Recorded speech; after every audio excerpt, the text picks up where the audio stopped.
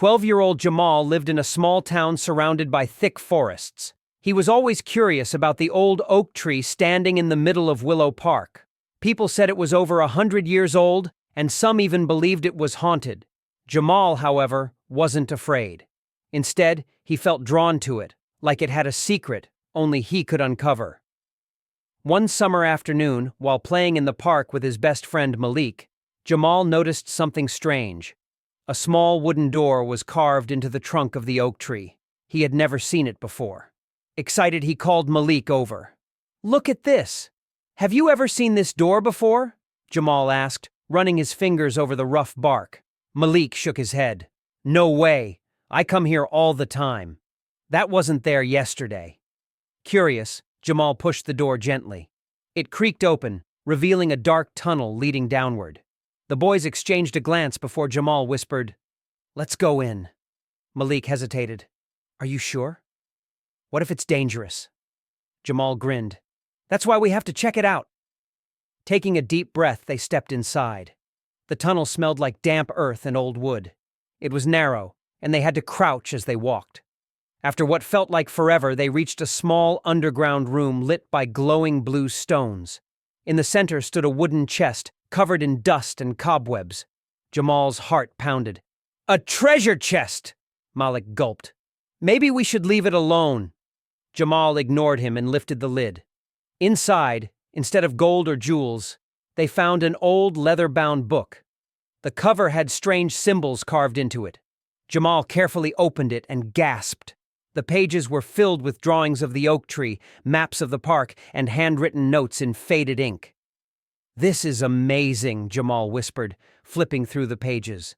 "Someone must have hidden this here long ago." Just then, they heard a low whispering sound. The air grew colder, and the glowing stones flickered. Malik grabbed Jamal's arm. "Let's get out of here." But Jamal was too fascinated to leave. He read a passage aloud. "The heart of the tree holds the key to its past.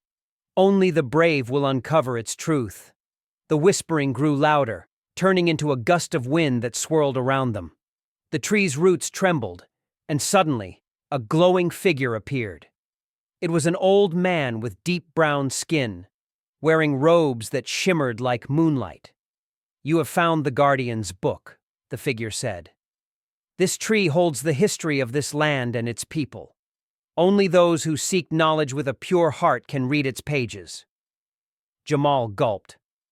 "Who are you?" "I am the guardian of the oak," the figure said. "Many years ago, our people buried their stories here to protect them from being forgotten. This book holds their wisdom, but it must be handled with care." Jamal nodded. "I understand." The guardian smiled. "Then you are its protector now. Use its knowledge wisely." The wind calmed, and the figure slowly faded. The room's glow dimmed, and the tunnel behind them began to close. "Run!" Malik shouted.